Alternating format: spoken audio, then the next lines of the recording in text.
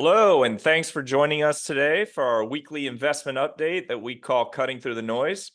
I'm Tony Welsh, Chief Investment Officer here at Signature FD. So let's start with market action last week. US large cap stocks corrected somewhat. They dropped about 80 basis points. Now, the dip in large cap shares, that was primarily driven by down weeks in tech, consumer discretionary, and communication stocks.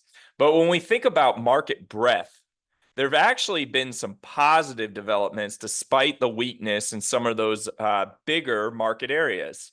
Now, there was a rotation that saw small cap stocks pick up over 3% last week, and positive leadership trends from the utilities, materials, healthcare, and financial sectors.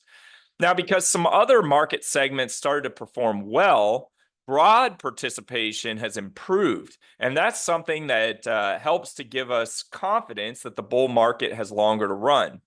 Now, we don't want to see those large market segments correct too much and for too long, but a bit of a rotation thus far is something that we would deem as healthy from a trend perspective. Now, as far as the big economic data from last week, two things we would highlight. The first is the GDP report. Now, GDP is a lagging indicator, so its impact on markets is pretty muted historically. But it does give us some insight into what sort of momentum the economy is carrying into Q3. And on that score, it looked pretty solid. Real GDP was up 2.8% on an annualized basis in the second quarter. And that's a pretty healthy beat over the expectations that we had heading into that report. Now, growth was driven by consumption, non-residential investment, and defense spending. Net exports continue to be a drag, which makes sense because the dollar's been pretty firm. And construction spending contracted for the first time this year. Now, the second piece of data is probably more impactful on a forward basis. The PCE inflation report came out on Friday. PCE is the Fed's favored inflation gauge. It weighs housing less so than does the CPI inflation report that comes out earlier in the month. Now, headline PCE inflation, that came in at 2.5%, and core inflation came in at 2.6%. So we're getting closer to that Fed target of 2%, and inflation is already running a touch lower than what the Fed's own estimates were in their last economic projections. Now that opens up the door to rate cuts, potentially starting as soon as September. Now, historically, stocks do pretty well in a rate easing cycle, so long as rate cuts are not a response to an economic recession. And in fact, the CME FedWatch tool is showing about a 90% probability of a 25 basis point cut here in September. And then it's also showing a better than 50% odds of two more cuts before the year's over. Now, one thing we've been talking about, really dating all the way back to the beginning of last year, is that Fed policy is at a very minimum less hostile than it was during the inflationary impulse of 2022. And that trend is looking to continue. Now, the other big thing we're watching is earnings. Corporate earnings thus far are tracking a growth rate of almost 9%.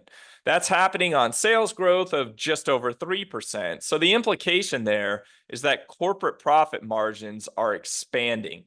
That's also a trend that we've alluded to this year, is the ability for companies to not only defend margins, but to expand margins in this cycle. And that's caught a lot in the analyst community off guards.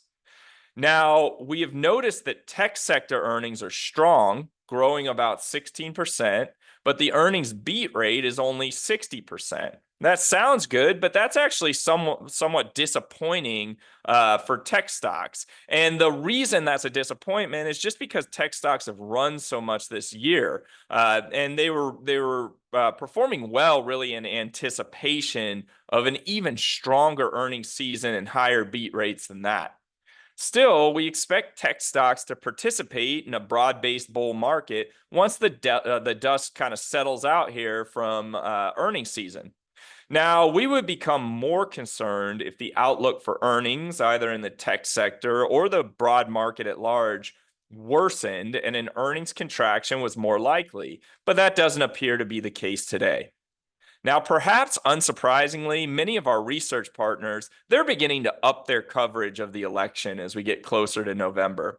So, Strategas Research, they note that through all of the events that we've seen beginning with the debate, we're now back essentially to where we started in the general election in the weeks leading up to the debate. It remains likely that it's going to be a tight election with varying policy implications.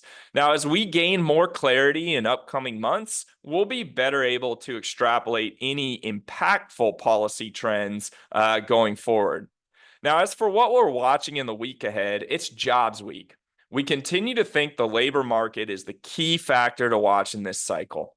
If unemployment remains low, then consumer spending is likely to remain supported. Additionally, we have a Fed policy meeting this week, and we're looking for no action in this meeting, but some forward guidance on the beginning of that easing cycle, maybe even potentially introducing the possibility for a rate cut in September. So tune in next week to hear our read of the employment picture, as well as those tea leaves regarding future Fed policy. As always, thank you for joining us this week.